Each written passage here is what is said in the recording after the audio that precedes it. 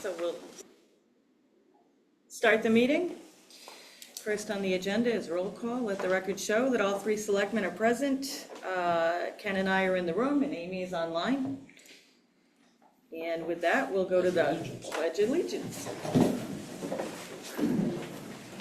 Pledge allegiance to the flag of the United States of America and to the republic for which it stands, one nation, under God, indivisible, with liberty and justice for all. Thank you all for coming tonight. Amy is online, but she did ask me if I would just run the meeting and follow the agenda, so that's my job tonight. We have approval of a minutes, July 15th, 2025. motion to accept. I'll second that motion. All right. Were there anything that we noticed that we needed changed? Amy? Nope, it looked good to me. All right then. All in favor of approving the minutes from July 15th, 2025, say aye. Aye. Aye. Aye. Minutes from July 17th, 2025, special meeting. Motion to accept. Motion to accept. And I'll second that motion. Second. Any concerns or changes needed to happen with those minutes? I did not have any. All right then. All in favor of approving the minutes from July 17th, 2025 special meeting, say aye. Aye. Aye. Aye. All right. Move on to correspondence. We have a DEP grants. 3 fire departments received $2,500 each from the DEP, which is nice, and that is the only correspondence that we have listed for tonight. I have no other correspondence. All right, just to say which 3 they were, was Community, Thompson Fire, and West Thompson. Those are the 3 that That received got the grant DEP funding. grant, which is Yep. great. Thank you. It's a matching grant. Thank you, Ken. Amy, any other? Nope, I don't have any. All right then. And selectmen comments, 5th on the agenda. The biggest thing coming up is the budget referendum on the 13th, and cannot emphasize more that people do their due diligence, come out and vote and express how they feel about the budget. The more people that vote, part of democracy is what we need to do. I could not agree with you more. It's so important to go out and vote your voice. That's your opportunity. I do not have any selectmen comments. That was gonna be my one comment as well. And the only comment I have is thank you, Suzanne, for taking charge of the meeting tonight. My son and his fiance, I'm enjoying visiting with them in 53 days. They say I do, so I'm grateful for the time that I have away. So thank you. You're welcome. Happy to do it. And that brings us, if there's no more selectmen comments, that brings us to citizens' comments. I think this evening I'll start with the audience in the room. If you have a comment, please state your name and address. And they are comments, so tonight we will not be going back and forth. We will just be accepting comments. So go ahead, if anyone has a comment. Go ahead.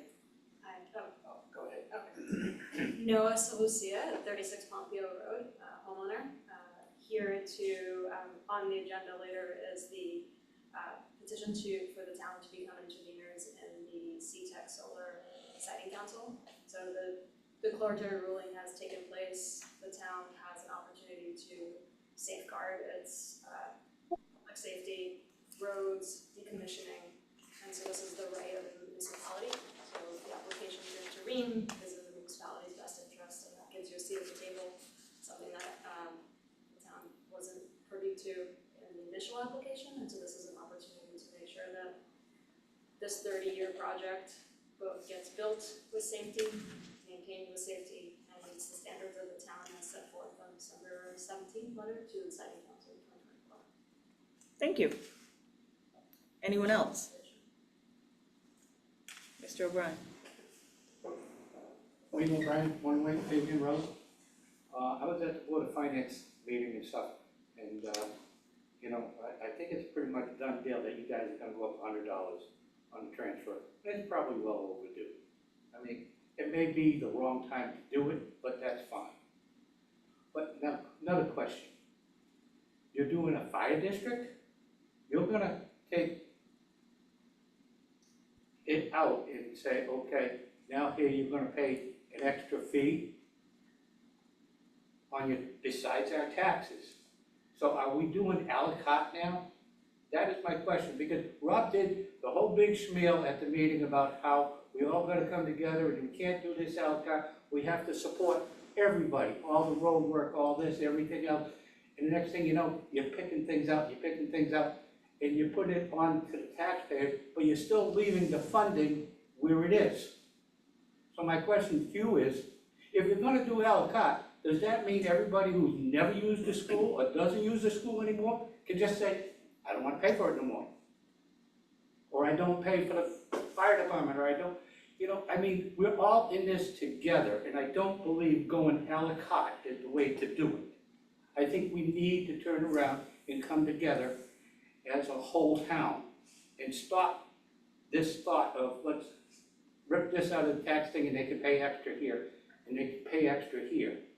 I mean, the transfer station, I totally understand it. I mean, it's a great thing to have.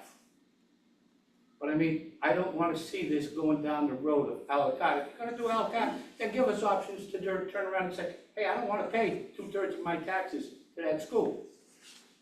My taxes would go right down the tubes. You know, nice and easy. I mean, a lot of money of my tax money goes right to that school, and I've never used it. I don't complain about it. It's something that has to be done. You have to educate the kid. I may not like what's going on up there. We have 122 kids in a high school. That's a low number. They really need to do something.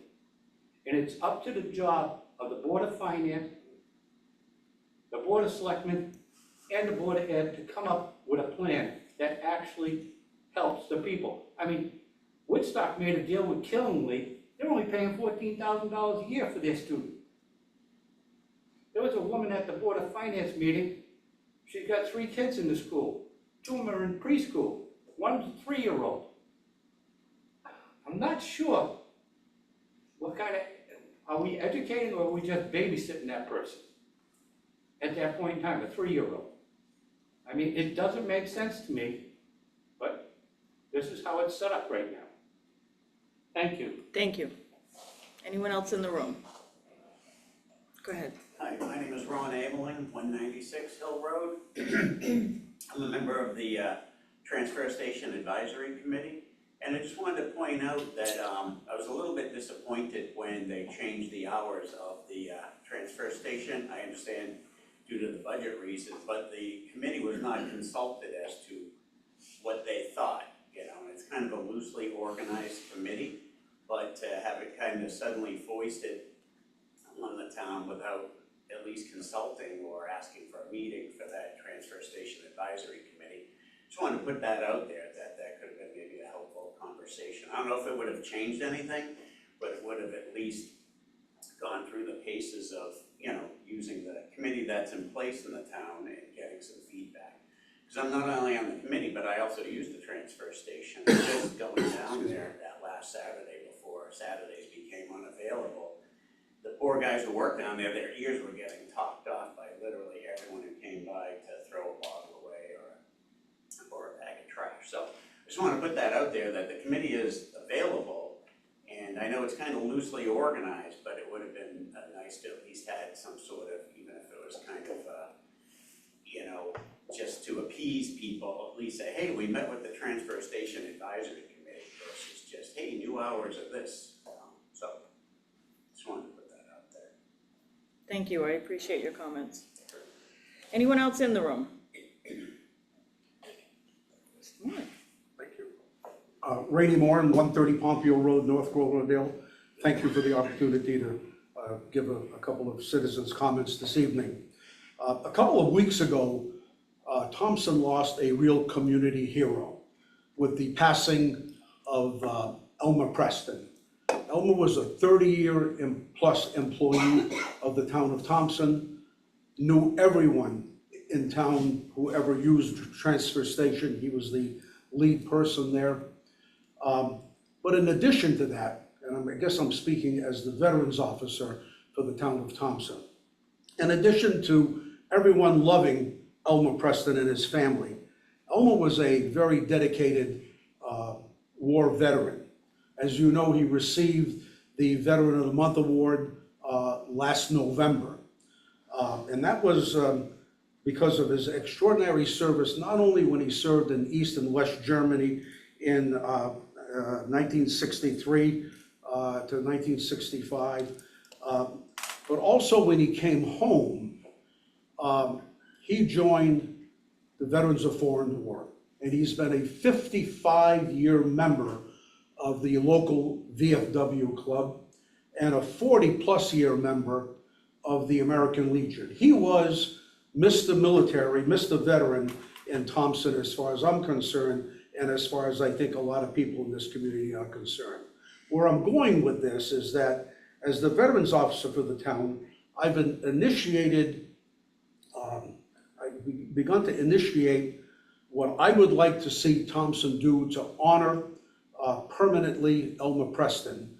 And I think a wonderful opportunity exists as a 55-year member, commander, state commander of the VFW, if the town considered adding to the name of the VFW 10088 in Quinnebog, that it would forever be known as the Elmer L. Preston VFW Post 10088 of Quinnebog, Connecticut. So I've started that process. Haven't really talked to the Board of Selectmen. I thought this was a great opportunity. As you know, he just passed. I don't want to waste any time with it. I think it's a relatively simple process, but there are boxes that need to be checked. I would want to put this on a sort of a fast track so that we could actually do the honoring and the ceremony at a Veterans Day program on Veterans Day in November. He was always the person who ran that program. He is always the person who ran the Memorial Day Parade program in Thompson. There is no better person to name anything in this community, never mind the VFW post, than Elmer Preston. So I'm here tonight to speak on his behalf, and I would ask that the Board of Selectmen take that up in the next few weeks. I'm willing and able to assist in any way you can. I've already received put some information together, so I'd like to see that happen. I think it would be a great honor to his family as well. As you guys know, his two boys are members of the VFW also, longtime members also. So anyway, I'll get off my soapbox. That would be my citizen's comment for tonight. So you'll forward us the info. I'm sorry? You'll forward us the information. I will forward you the info. I got an email that I put together. I was going to forward it this morning. I thought, let me bring it up tonight on the citizens' comments first. Thank you very much, Rainey, and I'm embarrassed to say that I should have started the meeting with a moment of silence for Elmer. And at this time, under citizens' comments, I'd like to take a moment of silence for Elmer. As you said, you couldn't have said it better and more beautiful, because he was certainly a hero in Thompson. So if we could just take just a minute.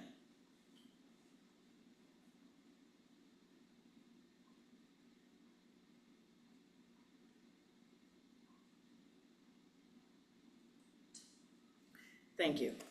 I appreciate that. Do we have anyone else in the room that would like to speak under citizen comment? State your name and address, please. Karen Gerlach, 94 Tuft Hill Road, North Riverdale. I just wanted to ask if, when you get to the transfer station, should we, do you want comments now? Yes, we won't take comments during the meeting. But they're the transfer station. There's one comment. Okay, so I'll just put in a Put it right out there now. Okay, but I'm talking as a citizen and not as I'm not Member? talking for the transfer station Gotcha. committee. But I don't know if you've already said this, but I want to bring up just a couple of things that, over the years, the mandate to the committee has always been to pay, that the fees pay for getting rid of the trash, and that the town covered the salaries and the fixed costs. So that's traditionally the way it has been. I'm not saying that's the way it needs to be, but that, just so for historical. And then, we always want to balance the fees versus roadside garbage. I don't know if you've already covered this, but we find when the fees go up, then there's the Department of Public Works then has to spend more time picking up trash that people are not leaving on the side of the road because they don't want to buy a permit. So just some things to take into consideration. And then if you're looking at the actual permit fees, make sure you look at the day pass, because you want to come out with, it's cheaper to do day passes than to do the permit. And the only other thing I want to mention is that maybe, I don't know, the increases on permits are going to hit some of the same people, seniors, that are hit by the rise in their taxes on the lake properties. Thank you very much. Anyone else in the room? Do we have people in the virtual audience? Yes, we do. Valerie Clark. Okay, go ahead. Go ahead, Valerie. Valerie Clark, 105 Elm Road. I want to say I totally support what Ms. Durlak just said and the gentleman's comments from Hill Road. And I also support the little that I was able to hear. It was difficult to hear. People need to stand and come closer to the microphone. But the request for the town to become an intervener on the solar. And then last, is the form of a question I don't expect an answer. At the Board of Finance meeting, the chair had asked people to reach out if they had questions regarding the budget or the budget process. And I reached out, not knowing how to get a hold of him. I reached out to Mr. Steglitz, who was as helpful as he was able to be. And then when he needed more help, he passed it along to Mr. Wurge. And Mr. Wurge responded by email, but then when I clarified what I was looking for, which is the legal support around how a temporary mill rate is supposed to be set, I never received a response, so I'm looking for guidance on how to actually get a response. It's been weeks now and I have not received a response from Mr. Wurge to my request. Thank you. Thank you, Valerie.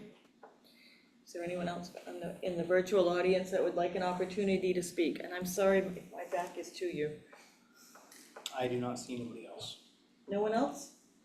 No one else in the room?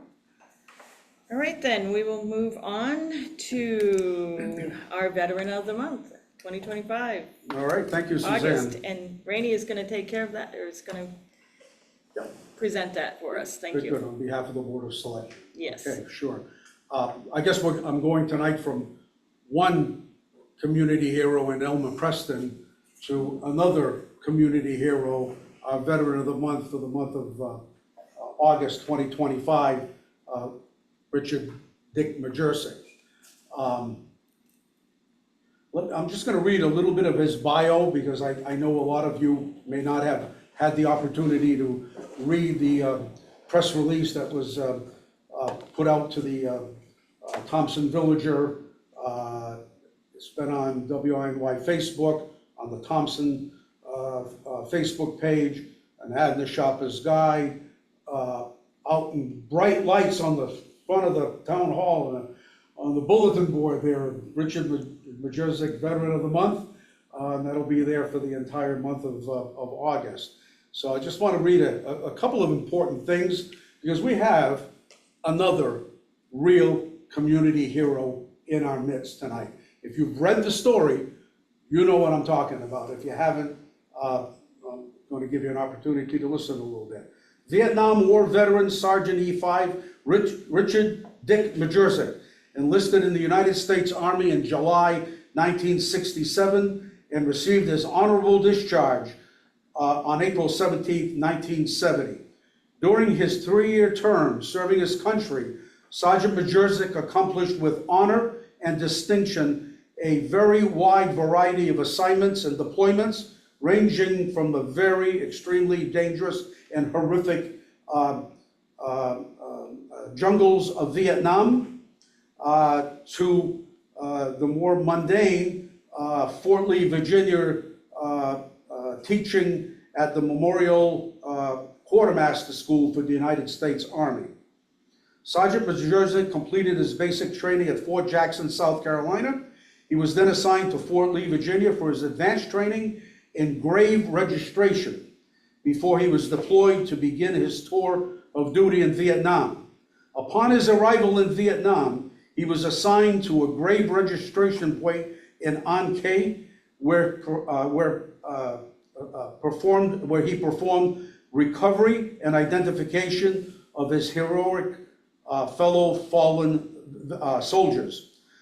The surroundings were, if you can imagine, in a canopy of vegetation in the very hot tropical jungle. Cobras and tigers posed as much of a foe as the Viet Cong enemy. His unit subsequently was reassigned designation Dong Ha and Phu Bai, and while passing through Da Nang and Cat Man on China Beach, he was pulled from his platoon because of his extensive mortuary background to assist with mortuary work. Sergeant Majerzik was needed for this work because of the enormous demands at that point in the ongoing war. This assignment to Dick Majerzik came from a direct order from General William Westmoreland, the commander of the United States forces in Vietnam at that time. Sergeant Majerzik, along with his small mortuary team during the Tet Offensive of 1968, proceeded to embalm and prepare well in excess of 8,700 U.S. military casualties killed in action for their return home to the United States and to their final resting place. 8,700. There were over 17,000 soldiers in that period of time that were killed, and you'll remember that 58,000 plus soldiers were killed in Vietnam. Most of this tenacious work was accomplished under anything but perfect conditions. Sergeant Majerzik's leadership and assistance, the remains of the largest number of casualties to ever occur during the Vietnam conflict over a 60-day period, were able to be returned back to their home. Sergeant Majerzik was the first military embalmer to be assigned to embalming duties in the Vietnam War, and was so recognized by numerous letters of appreciation and commendation on behalf of the United States government for answering the call for volunteer embalmers. He also received commendation from the French government for preparing a civilian plantation owner with minimal supplies for doing restorative work. Of note, this is interesting. One of the thousands of casualties that Sergeant Majerzik prepared for return to the United States was one of 3 Army soldiers from Thompson that lost their lives in Vietnam. Sergeant David A. Provost. Sergeant Majerzik happened to notice it was him when he was doing his work, and that he asked that he would could personally accompany Sergeant Provost Thompson from Wilsonville, body home to his family and to a Webster funeral home, and to personally bring some comfort to the family as best he could. And Sergeant Majerzik said to me when we were talking about this, he said, "You never forget that horror, and you never look back." He said, "You just do your job." And he went on to further say, if I was called today, there would be no hesitation, God and country. Majerzik further stated that he was blessed with the honor of preparing to bring many of his brothers and sisters home. I could go on about his great career at the Quartermaster School in Fort Lee, Virginia, where he received many honors and distinctions. But for the sake of time, maybe I'll just move on to say that for his exceptional, I'm going to read that paragraph. It's important enough. Upon return to the United States, Sergeant Majerzik was assigned to Fort Lee, Virginia, to be an instructor in their Quartermaster School. He taught fingerprinting, dental and anatomical charting, and instructions on the legalities of operating a military mortuary system. He was on the front end of that stuff. At Fort Lee, he not only taught, but was also the NCOIC of the burial squad for the entire state of Virginia. As a result of his preparation and presentation of instructions, he was bestowed a letter of commendation for his impressive performance as an instructor and non-commissioned officer with the Memorial Archives Branch Special Subjects Division and Support Service Department of the United States Army Quartermaster School. Major Ramon Fournier, in a letter presented to Sergeant Majerzik, stated that his performance had been unquestionably superior, and that his knowledge, willing attitude, and application to the task at hand had caused his superiors and contemporaries to regard him with extremely high esteem, and that his dependability had been virtuously demonstrated. He further stated that his manner of performance reflects great credit upon himself, that department, the Quartermaster School, and the United States Army. For his exceptional and extraordinary service, Sergeant Majerzik has been presented the Good Conduct Medal, the National Defense Service Medal, the Vietnam Service Medal, the Vietnam Campaign Medal with the V-60, the Vietnam Counteroffensive Phase 3, Phase 4, Phase 5, and Phase 6, and the Tet 69 Counteroffensive Medals by the United States government. In addition, Sergeant Majerzik just recently was awarded the coveted Quilt of Valor by the National Quilt of Valor Foundation after being nominated for this award by one of his fellow mortuary service members, one of that small group in Vietnam that performed 8,700 autopsies. His good friend, Phil Jeffries of Pennsylvania. Jeffries served with Sergeant Majerzik through their 3 years of service to this country.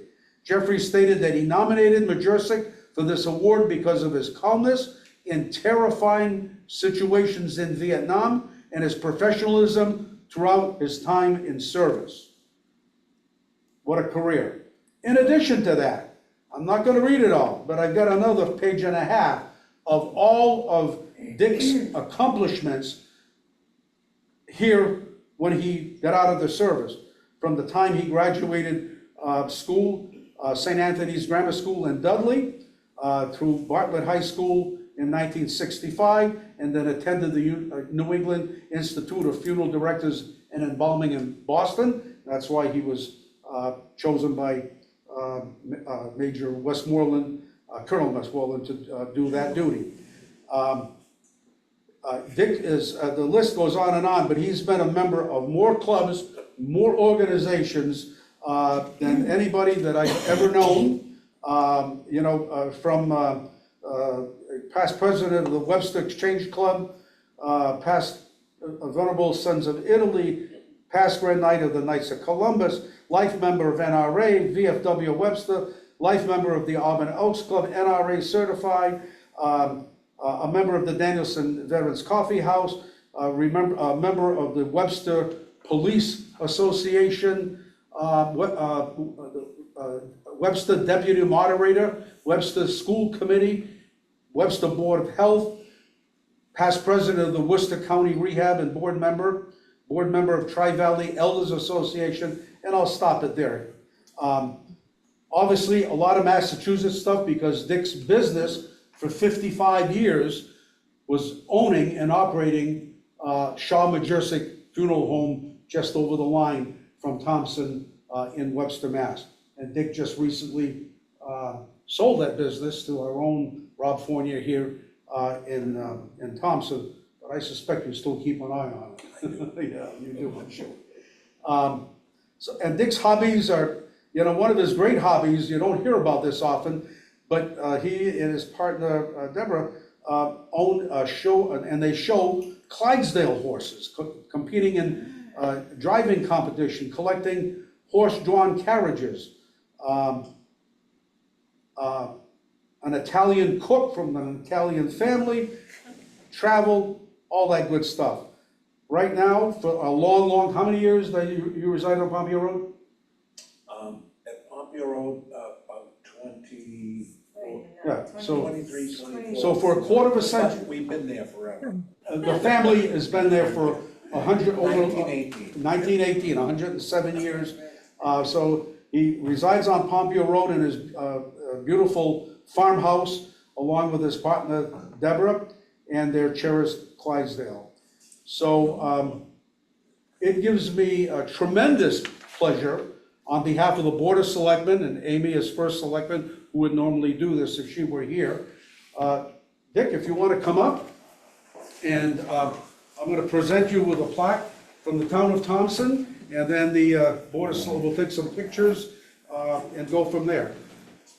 Town of Thompson honors Veteran of the Month Richard D. Majersic, United States Army, 1967 to 1970, Vietnam veteran, U.S. Army Mortuary NCO in Da Nang, assigned to grave registration point in An Kee for recovery and identification of deceased Army personnel. With the mortuary team, during the Tet Offensive of 1968, embalmed in excess of 8,700 U.S. military casualties killed in action for return home. 55-year owner and operator of Shaw Majersic Funeral Home. Dick, thank you for your service from a very, very grateful community.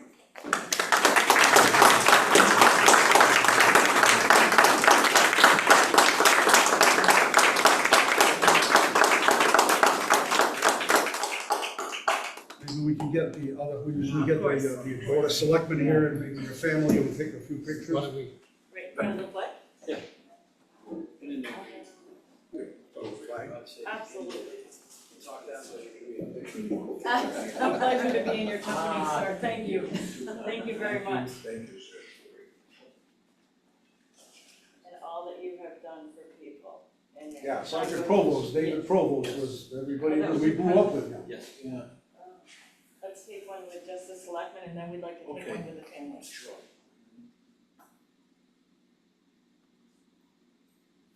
I'll get it. Oh, of course, you should be in on this. Yes, of course.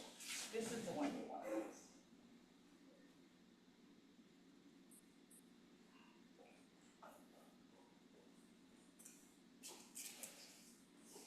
And we bring up their family. have your family. Do you want- Son, grandson, One, You're getting one a of my picture. groups. I can do an apple.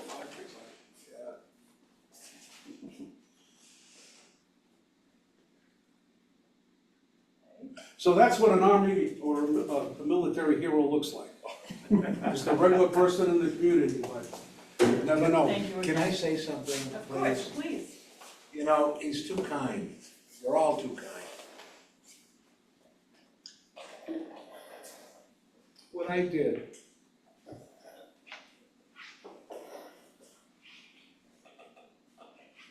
was no more than anyone else would do.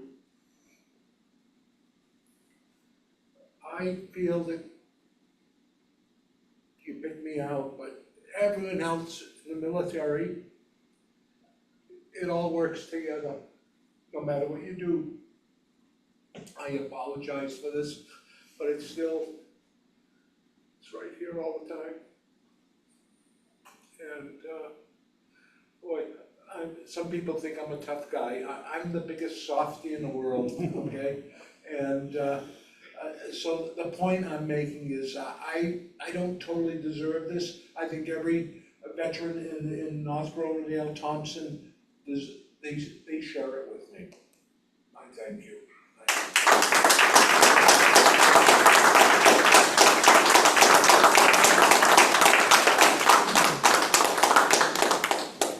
Thank you. Thank you very much. More than welcome to stick around for the rest of the selectmen's meeting, if you'd like to. Rainey does a wonderful job at presenting our plaques and Oh, God, his committee selecting our veterans, and tonight was your night.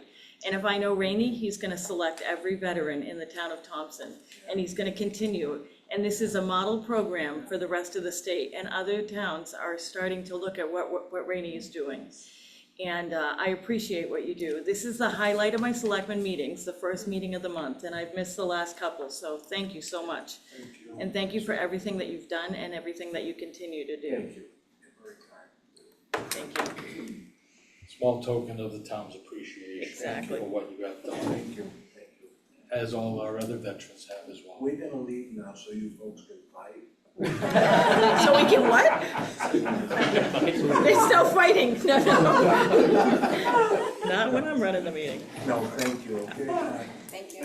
Thank you. Spend a little time with them, okay? Thank you again, all right? Enjoy the rest of your evening. Thank you.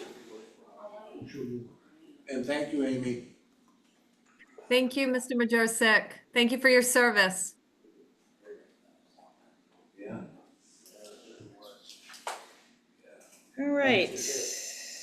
Agenda item number 8, Connecticut Siting Council petition to intervene C-Tech solar project. And at this time, Amy, will you speak to this?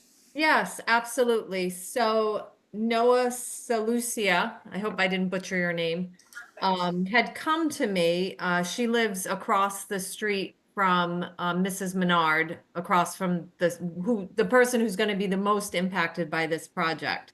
And if you recall, on December 17th, we sent a letter to the Siting Council. And in that letter, we had requested increased setback for the project, as well as an expanded buffer zone is for the direct abutters on the project, Miss Menard in particular. Noah's been working diligently with her own attorney and has brought to my attention that the town could still petition to intervene in the proceedings regarding this petition for the solar project, which would basically give us a seat at the table, especially to have input in the forthcoming development and management plan. So that's basically the site plan, which should be incorporating the items that we had requested, the increased setback and the expanded buffer zones. So what I wanted to bring to the board's attention tonight is Noah's attorney had drafted the petition. I, of course, would prefer to send it through Attorney Slater. And if the board was willing to submit this petition to the Siting Council. So I'm basically looking for your blessing before we move forward with this. I'm in favor of potentially getting a seat at the table to intervene and make sure that our requests are met. We have every right as a town to have say in how this project goes forward. So that's what I'm looking for tonight. Is there a date this has to be in by? Noah could speak to that, but I think within the coming month or two. Am I correct, Noah? If it would be okay. Absolutely, go ahead. So, because you're a municipality, as soon as possible, so pending right now is the development and management plan that will be submitted by the developers. And while your comments were shared, they're not gonna be held to the same level if you don't have a seat at the table. So you wanna get the petition in, have it be reviewed, hopefully approved by the Siting Council before that development and management plan gets in. So in short, ASAP would be the recommendation. Well, I didn't know what the process and Yes. timelines were. Yeah, so pending, so the current ruling is under appeal, which gives you a little bit more of a bandwidth, but otherwise the development management plan is imminent. And so the town would want to have their petition in before that. Amy, has this been reviewed by our attorney? I did not want to do that without getting the approval of the Board of Selectmen to move forward with that because there is a cost associated, obviously. But I also wanted to know that the board was in favor of requesting having a seat at the table. So you're looking for consensus, you don't need a vote? Am I correct? Or would you like to No, have, I think I would rather have a vote to move forward with filing the petition. okay, so I'll make a motion that we move forward with filing the petition. And then also include sending it to Attorney Slater just to review. And after the attorney has reviewed it. Yeah. I will second that motion. Okay. All right, so we have a first and a second on the motion. Do we need to do we have any more discussion? That's why we open for discussion now. Right. Okay. The project is gonna move forward. Whatever we can do up there to protect our neighbors, et cetera, visual access, we should have a seat at the table and, you know, make our feelings known, what's in the best interest of our community. I don't think we'd be doing our jobs if we didn't make an effort to have a say in what goes on. This is our community, that's our area, and not that we want to manipulate or dictate, but I think just to protect our own assets. Amy? Yeah, and I agree with both of you. In particular, Mrs. Menard. She's gonna be the most dramatically impacted, and if we can lessen that impact on her, as well as the surrounding neighbors, but her specifically, it would be wrong of us not to do this. All right, any further discussion? No? All in favor, say aye. Aye. Aye. Aye. And motion passes. All right, I will send this to Attorney Slater tomorrow morning. All right. Now, the hot topic, the transfer station fees. Amy, you want to take that one? Oh, I do want to start off. When I first started campaigning for the first selectman seat back in 2019, one of the things that residents had said was that they don't feel they get any services. It's been tough. I took that to heart because a lot of people, this is the only service that they receive. Last year's budget had passed. It was a hefty increase. I would have brought this up last year, but I felt, well, let's just allow people to have this service. Clearly, if you're even in tune to social media, people just don't want to pay taxes, which is pushing us to the point of not allowing this service to be government subsidized. So Bill and I had worked on it on the fly during the Board of Finance meeting. It was certainly my intention, even before the Board of Finance did the action they took at their last meeting, with increasing the revenue line. It was my intention to bring it before the board. Again, I was really trying hard to hold fast to it being some type of a service that's of benefit to the public. But it's grossly underfunded. It can't be subsidized anymore. And yeah, so I feel like we're being forced into this, but it's been undercharged. You know, the fee is incredibly low. So it's reasonable to raise it to at least to the point where we're not losing money. Operate it more like a business. I do want to point out as we start to discuss those numbers that the NIPS money that we now get into the town, and Bill can correct me, but I think we get about 40,000 every year. So that money we had allocated directly towards improvements at the transfer station. So at least we're starting to be able to replace some of the compactors and the roll off the dumpsters and such like that. Joe's been really good about starting to make some improvements, and I'm grateful to have that money currently going towards making those improvements. So, but Bill and I did put together a proposal that would get us out of the red. So that's all I have to share. Ken, do you wanna?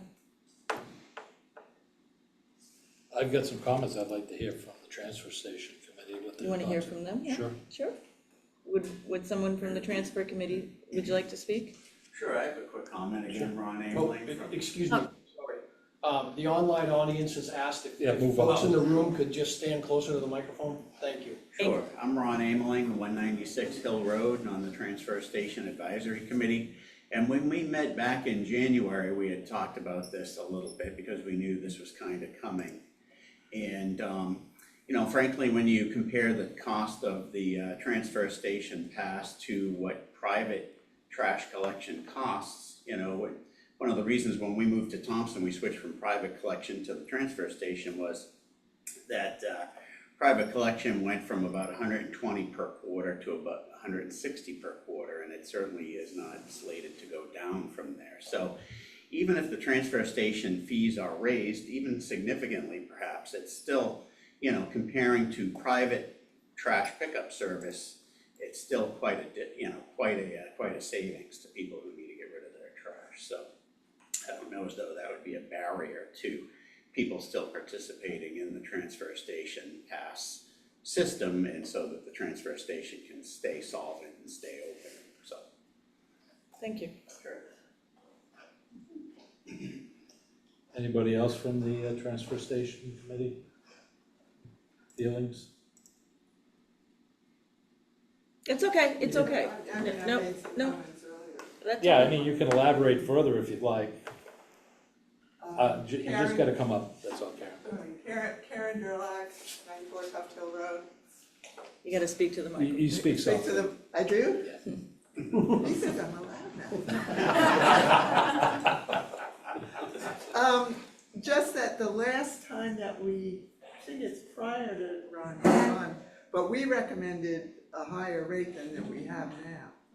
Oh, So, interesting. and we said that, it was the selectmen's board said, no, we don't wanna go that high. I think it was 150 that Okay. we said, right now it's 135 for a regular pass.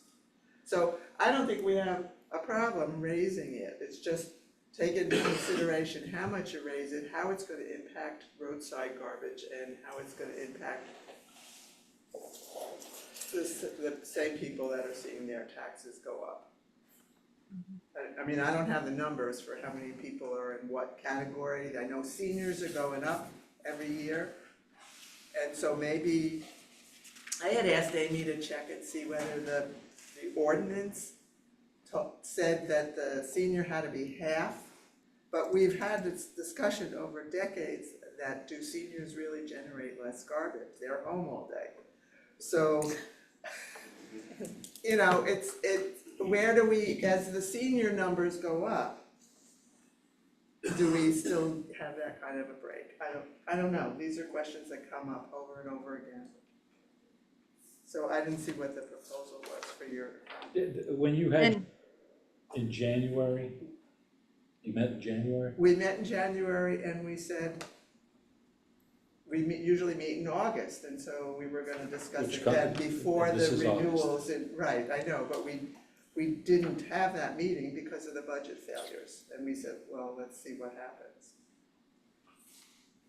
Even in January, and Karen, oops, sorry. back then? We didn't really discuss. Yeah, I mean, one of the specific numbers things. that was, one of the numbers that was batted around was, you know, going from 130 to say 200. And then there's the worry though that you may set a price that then you get diminishing returns, you know, enough people drop off the system that you don't realize the money that you thought you were gonna gain from the increase. So, you know, there's gotta be a balance there between, you know, how high is high enough to cover the shortfall and doesn't kick people artificially out of the program because they don't wanna go that high. So- And also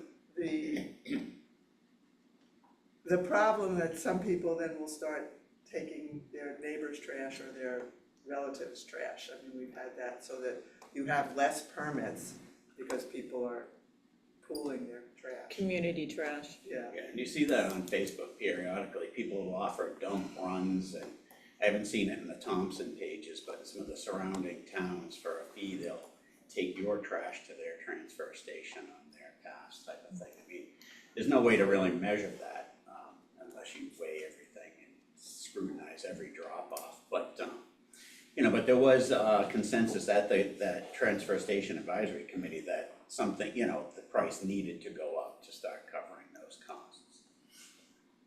Thank you both. Sure. And I did want to jump in, Suzanne and Ken.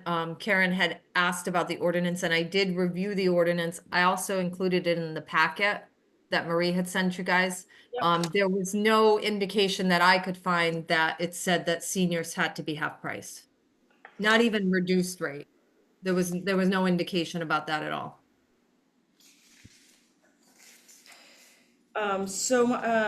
If I could, Yeah, go ahead. my comment would be, the NIPS, is that a stable, grant funding, or a stable, is that, you know what I mean? Can we actually count on that, or is change in government and the NIPS go away? That's I great that we're suppose it getting could it go now, away. but yeah, In the time that it's been, what appears to be a pretty resilient fairly market. new. It's fairly new. Because the cash flow has been pretty consistent over Consistent. the last, what are we, 2 or 3 years in, Yeah, Amy? it's pretty I new, think we're 3 years in. This will be the 3rd year. yeah. And we had set that aside sort of as a maintenance fund for the transfer station equipment. Yes, Right. and I think that's great that we have that and we can do that, but I don't think we can count on it. Right. That would It be, could go it's away. nice that it's coming in now and it's consistent, but it's a very new program, so. Right. I think it's evident that it's not sustainable, the transfer station at the current fees. And I've reviewed this and I spent some time a couple of weeks ago looking at surrounding towns and then again today. And we are definitely much lower. And I think it was wonderful when we could subsidize it as a town and we could offer this as a service to our residents, but we are in a situation currently that we can no longer do that, and I think that we definitely need to look at bigger increases than what you've presented to us, Bill.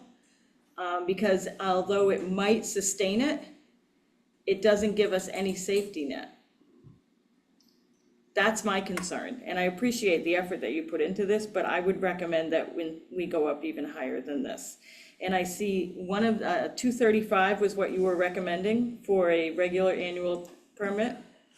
I would recommend that we go up to 275. Even at 275 a year, that is so much cheaper than hiring a curbside pickup.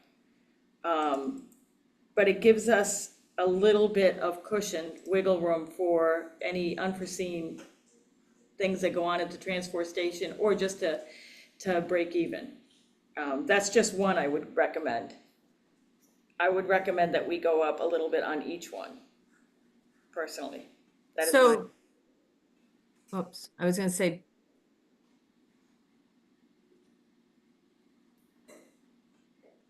Bill's doing some calculations.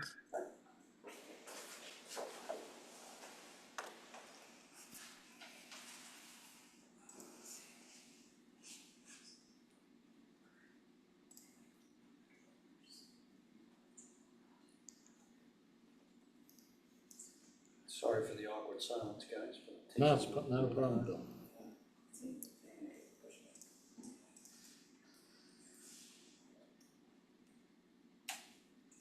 So just for a little bit of context, and I'm not sure if the board had caught, but just to frame the discussion. What the directive, or the request, I guess, directive from the Board of Finance was that the transfer station revenues would be increased by at least $180,000. When we developed the proposed budget fee up here, we aimed a little bit higher than that because of the points that were raised by the transfer station committee, that it's likely that if folks were sort of on the cusp of going to curbside, that we might have some people drop off. So that's why you see here an increase of roughly 204,000 above and beyond the 180. So that was the thinking there. But I just need a little bit of time to flow that. Your change to 275 ripples through everything. So if you want to continue discussion and I'll flow those changes through, then we can revisit it. Because I have a question for you. Sure. we have other fees at the transfer station. Yes, We get a bulky waste fee. yep, those weren't considered as part of this exercise. I realize that. What I was wondering is, I mean, obviously those fees could go up as Yep. well. And maybe that's our next meeting. Well, it can also offset the revenue as we're dealing with right now, because not everybody's bringing in certain things and you get charged, whether it's a refrigerator because of the Freon, Right. different things that we have to bring in. So that, the question would be, are we meeting, based on what the bulky waste is per ton and what we're charging, is that a wash? I'd have to look into that. We were No, focusing on the it just, permit. this conversation that to Yep. see, yeah.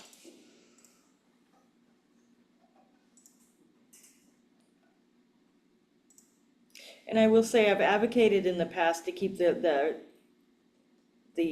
fees low. And I might have been the one that advocated to keep it at 135 instead of going the 150 at the last go-round, because it's a service to our citizens, our community members, and they pay taxes and they're already contributing to it. But at this point, we're in a crisis situation with our budget. And if the town has decided that they're not willing to pay taxes, then we can't subsidize. When we don't have when we can't generate the income to come in, we can't subsidize programs like this anymore. It just isn't feasible.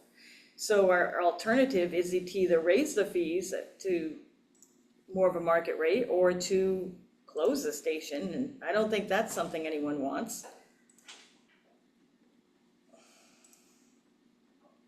One of the arguments you're gonna get with that analysis of raising the fees because it's by a certain group, getting that, you're gonna get people who are gonna turn around, well, we don't have kids in the school and we're subsidizing the school. I'm just throwing it out, I can see. We're obligated to provide public education to every I student. We are don't not disagree with obligated to that. provide trash removal. So I'm just making it- but that would be my response, not to you, but do you know what I mean? We are mandated federally and state to have public education. I agree with that, but your argument on the other side will be, that's the only service we use, and we don't have kids in the school. I can see this thing blowing up and going in a lot of different directions. You know what, it might, but the bottom line is we're not generating income to be able to subsidize It's the unfortunate that transfer we, station. So we can't close the school, but we can certainly close the transfer station. Or we can raise the fees and still make it more cost effective than outsourcing or having curbside pickup. it's unfortunate. I would like to say that I know you're trying to create a cushion, but I feel like if we raise the rates too high, the next administration will be leery about touching it again. I think that the practice going forward should be, if the transfer station doesn't break even, the rates are raised. And it should be the goal to break even, at least, and maybe have a little bit extra. I'm just afraid that if we go too high with the intention of having a cushion, that future it just should be a practice to at least have it break even.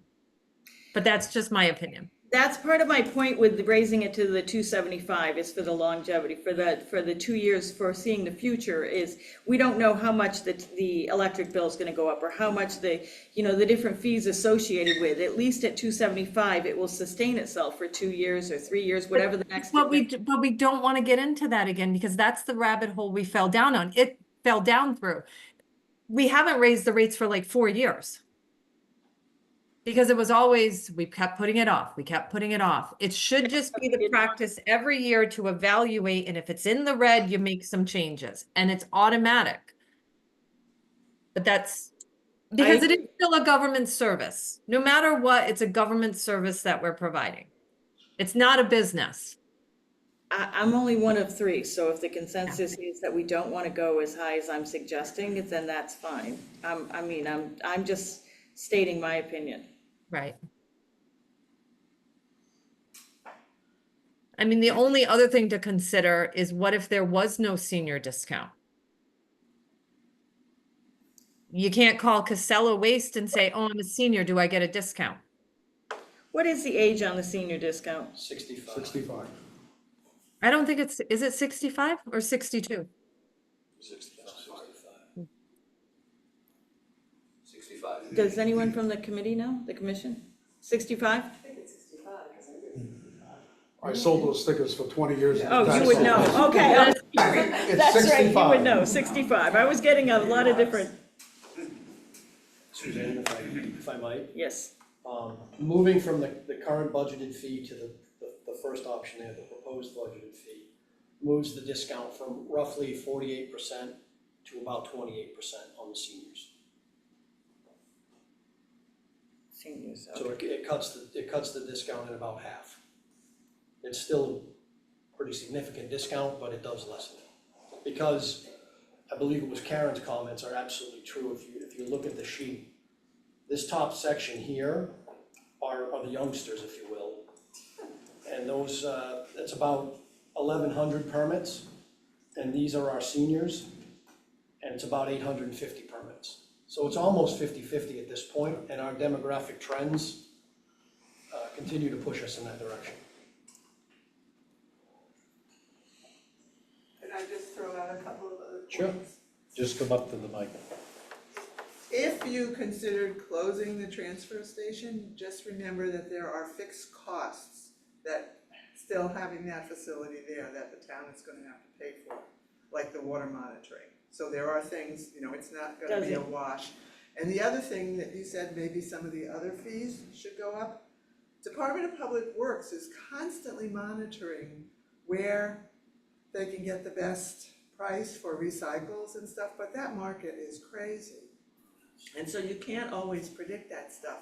I mean, if you were to set the fees and then end up coming out with more money than you needed, you could have start a contingency fund for the equipment or for when those markets go nuts and you can't, can't get rid of the paper, all of a The sudden you're paying uncontrollable. for it, right?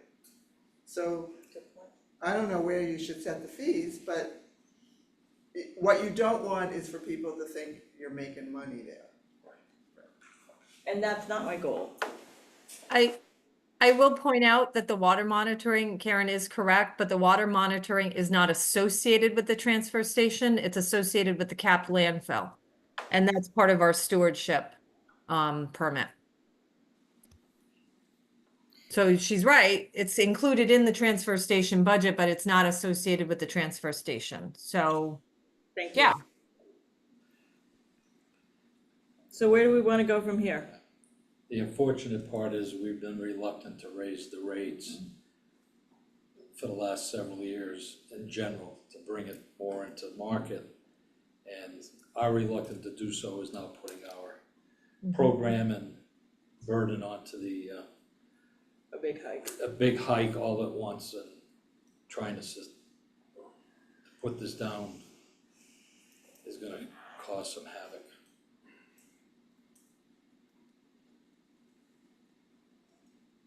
So my question is, how do the selectmen feel if there was no senior rate? Thoughts? Quite honestly, I'd rather see the annual rate go up to 275 and the senior go up to the, what is it, 100? 200, 200. 200. you're right. And give them a little bit of a discount rather than eliminate them completely. Okay. That is just my opinion though, Ken.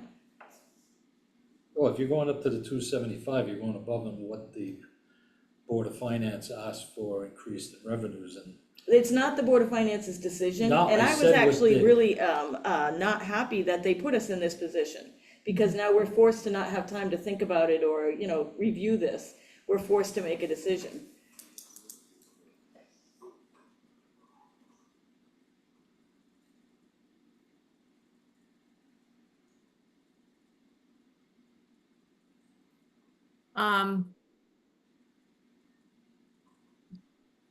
even if, go Go ahead. ahead. Ken. I was gonna make a motion. Go ahead, Amy. I'll make a motion that we adopt the rates as proposed by Suzanne. And I'm gonna second that. Now we can talk about it more, Yes. or we can vote on it. Amy, anything more? I think just the most important thing is not to let this, we can't lie on this one. It might give us some cushion for a little bit of time. But every year moving forward, whichever administration is in the seat, they have to look at this. And I'm counting on Mr. Steglitz to make sure that the future administration, the future administration reviews it. We just can't get into the red again. Bill, is your seat getting hot? So we have a motion and a second on the floor to increase the fees to the, I'm sorry, Suzanne, if I could, this has been updated, the shaded version, the shades on the screen. There's a couple others we can consider, don't flow from the annual regular sticker price. The cost of a one-day pass is currently $20. The original proposal was to increase it to 30, I bumped it to 40 under your scenario. Do okay, you agree? yes. Okay, and commercial hauler, I talked to Joe Tasic today. There's approximately 11 of those in town. And they were at 700. Originally, we had proposed 1,200, and under this scenario, I went with 1,500. The commercial haulers, if I'm correct, Bill, that's for the privilege of operating in the town. Right. Yeah, I would agree with that. That's 1,500 per Definitely. truck. Right, is that right? You may know better than me, Rita. I was talking to Joe about this today, and it seems like they're not necessarily commercial waste haulers, but they might be small business owners that bring in a larger volume of trash. They're on a heck of a lot of them. It's not a ton of money in the whole scheme of things, but we should obviously get it right. But they don't bring the trash to us. Yes, these are folks in town that bring my understanding is a greater level of trash than we would be covered by The a commercial haulers? residential permit, yes. That bottom row, No, you would think a commercial hauler is hauling to Costello or whatever, like we do when we, they're the is end. there a separate sticker No, for commercial hauling? it's not a sticker. We used to send out a form Okay. that they put on their truck, one for each truck. That's to use. Casella, I think, has That's right, that's 4 road different trucks, usage and so they'd be to paying operate town. $6,000. The guy on Linehouse Road had one little truck and he was paying for one. Okay. So I will say this probably mimics when we go into, well, there was a time, we're not going into Auburn anymore, but when we would go into actually Millbury, we would have to pay like $3,000 to be able to take our transfer, the roll-off truck into Millbury. So I'm assuming it's the same type of scenario. Don't know, wasn't on that side. Yeah, Yeah, I think it's road usage. right. Yep. It's road usage. Are we okay with the 1,500? I am. Ken, The one? with the 1,500 left in there? Yeah, I don't have a problem with it. So at this point, do we have anything more that we want to add to this? Okay, we have a first and a second on this motion, so at this point, I'll take a vote. Ken, how do you vote? On which, On approving this, I'm The- sorry, the red- the- at the one. 275? Yes. Should we name them all off or does it? No, I don't think so. It's on the video and it's highlighted right now, so. Okay. right now, I'm gonna say no. Ken's gonna say no, okay. Amy? I'm gonna vote yes. Okay, and I'm gonna vote yes, chair votes yes, so, motion passes.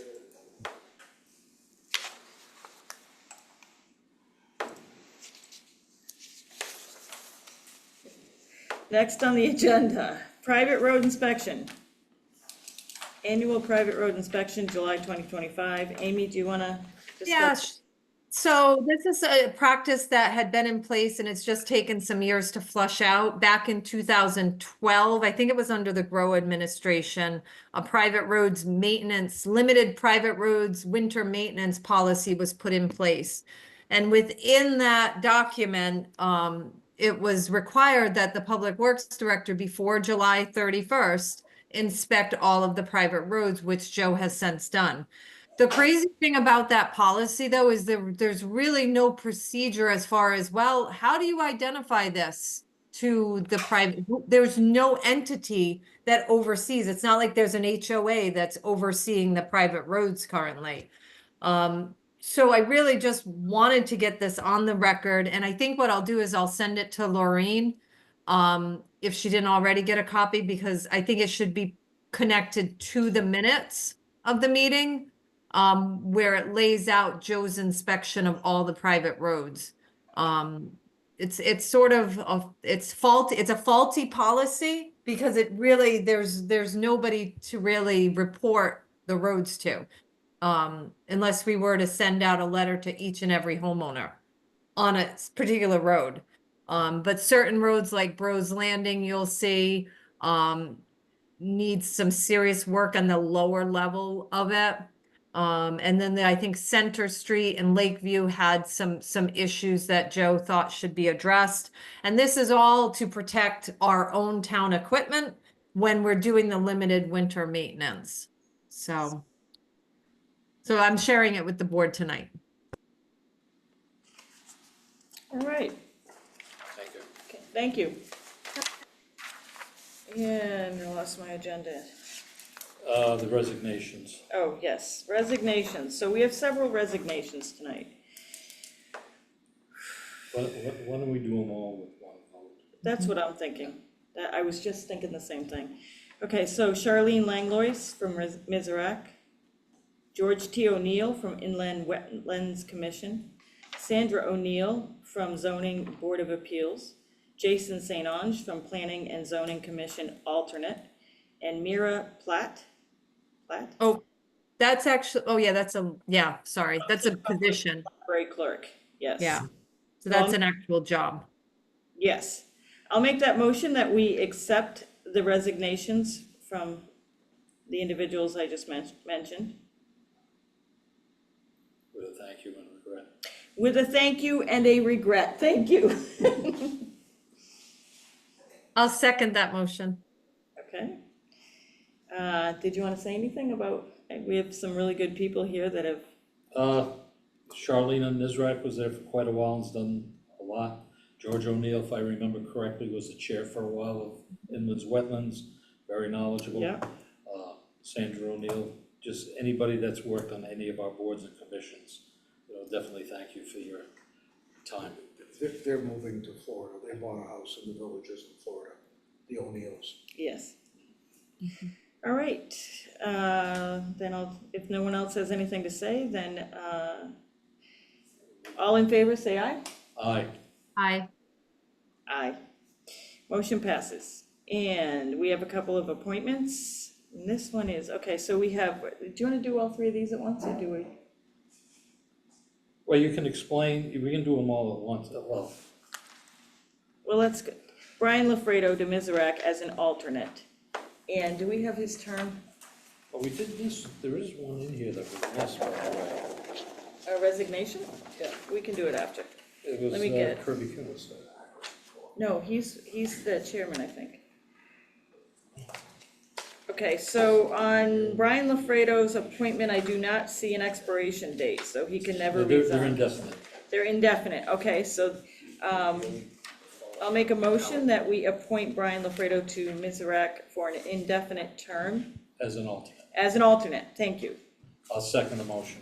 Okay, all in favor? Aye. Aye. Aye. Ken Beausoleil is Currently an alternate. currently an alternate and is moving to a member, so I'll make a motion that we appoint Ken as a member to Mizrac. I'll second that motion. Okay, any discussion? All in favor? Aye. I'll abstain. Aye. Motion, And, oh, go ahead, motion passes, sorry. There was a question from Sally about what MISRAC is, and it's the, what is it, mill sites? mill site Rehabilitation, committee, sorry, is it revitalization or rehabilitation action that's committee? redevelopment on the appointment. Oh, okay, Sorry, I was being a little lazy there. no, that's okay. Next appointment is Claudette Hoffman, and she is conservation, on the Conservation Commission, sorry about that. And her term is not listed, is until March 15th, 2028. So I'll make that motion. Second, All in favor? aye. Aye. Aye, And the Kirby CUNA thing, the letter went to Kirby for the, Yes, That's yes, right. I knew that's what you were Right. saying, because I had seen that too, Yep. and I picked up Kirby's name and thought. Okay, do we have any other business? I have nothing. Amy? I have nothing. Okay. Citizens' comments, we will start in the virtual audience first, and then we will move to the in-person. Is there anyone in the virtual audience who has a comment? Ms. Valerie Clark. Hi, Valerie Clark, Alm Road. So, first of all, Suzanne, I very much at the Board of Finance meeting appreciated that you objected at that time to them directing where the increased revenue would come from. But at that time, you suggested that other fees should be reviewed, and I haven't heard that discussion tonight, so I was a little disappointed about that. The other thing is that I recall that I was paying more money at the transfer station last year than the year before. I thought that you had reviewed and increased slightly fees last year, and I can go back to my records, but I do think this has been reviewed and discussed. And both Ken and Amy have said that they have not been reviewed. And then the last thing is that, I know I've talked about it several times, I've talked about it at Board of Finance, I've talked about it here, but the tone that is expressed with the words that are being used about the taxpayers is part of what my understanding is generating the objections to the budget. It's not that people don't understand that taxes are part of the town's operation and that there are benefits to paying taxes. And it's not that people don't want to pay taxes.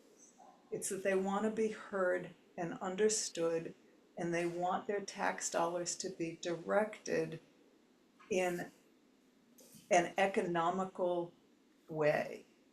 And I'm not speaking necessarily for myself, I'm just watching and hearing what other people are saying, and they really want to be heard and they want people to respond to them.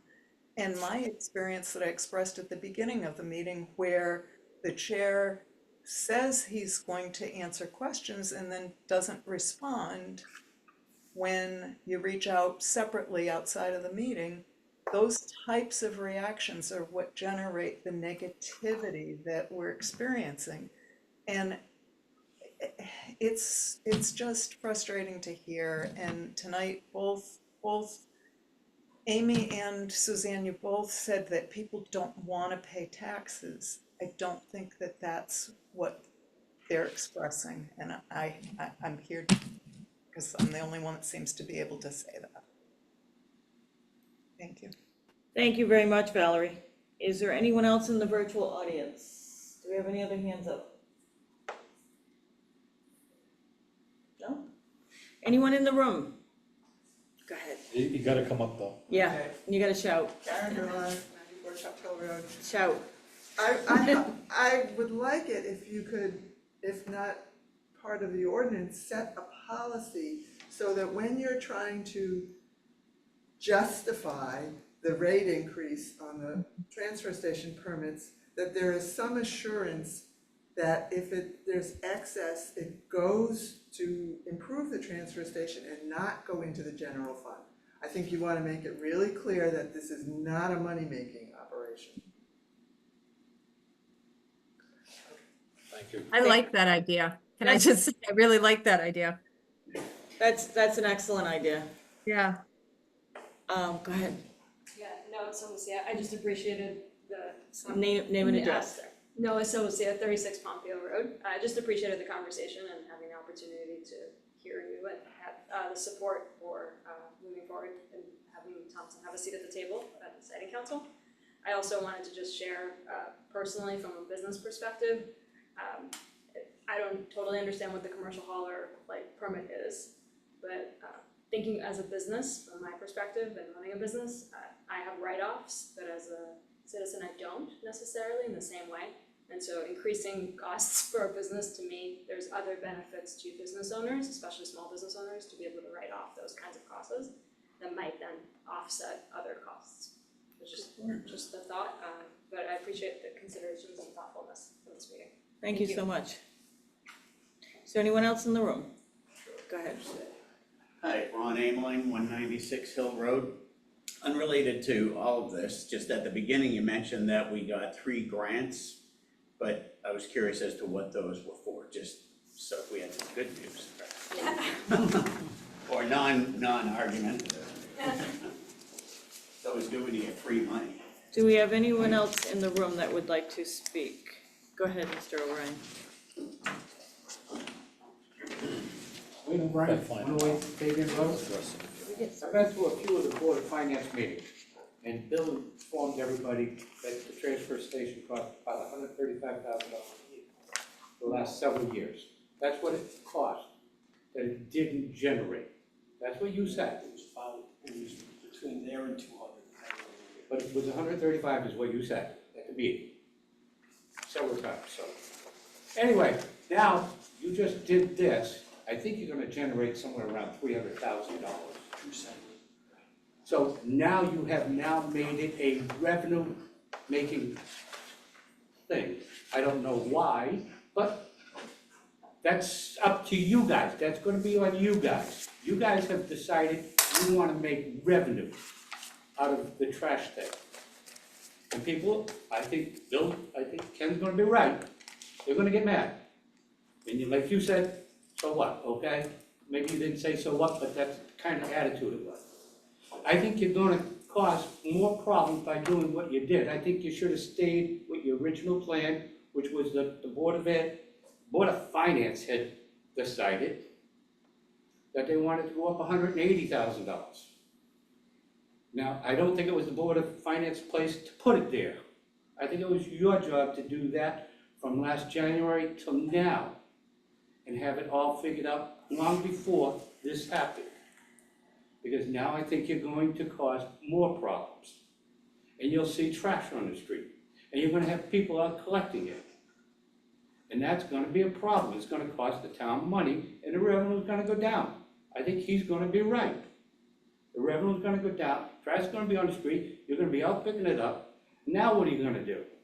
I mean, we have a lot of streets that nobody travels on, that people can just turn around and zoom, out it goes. Worcester had it all the time. I know, I was from Worcester. So I don't know, I'm not sure you wanna see trash all over the place. I mean, I totally agreed with you that the transfer station needed to go up, be level funded, whatever, that's fine. But I think when you start looking at making $135,000 a year and say, okay, well, we'll see whether Ken's right and the rest of us are right or you guys are right. Because if you start seeing trash all over the town, they're gonna look and say, you guys did it. So have a good one, thank you. Thank you. Is there anyone else in the audience that would like to make a comment? No? Virtual audience? You already did it. I know, I was just giving one more sweep.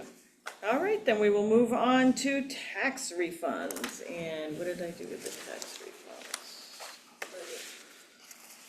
refunds? All right, I will make a motion that we,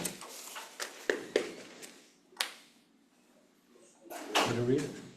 I'll read it if you want. Gonna work.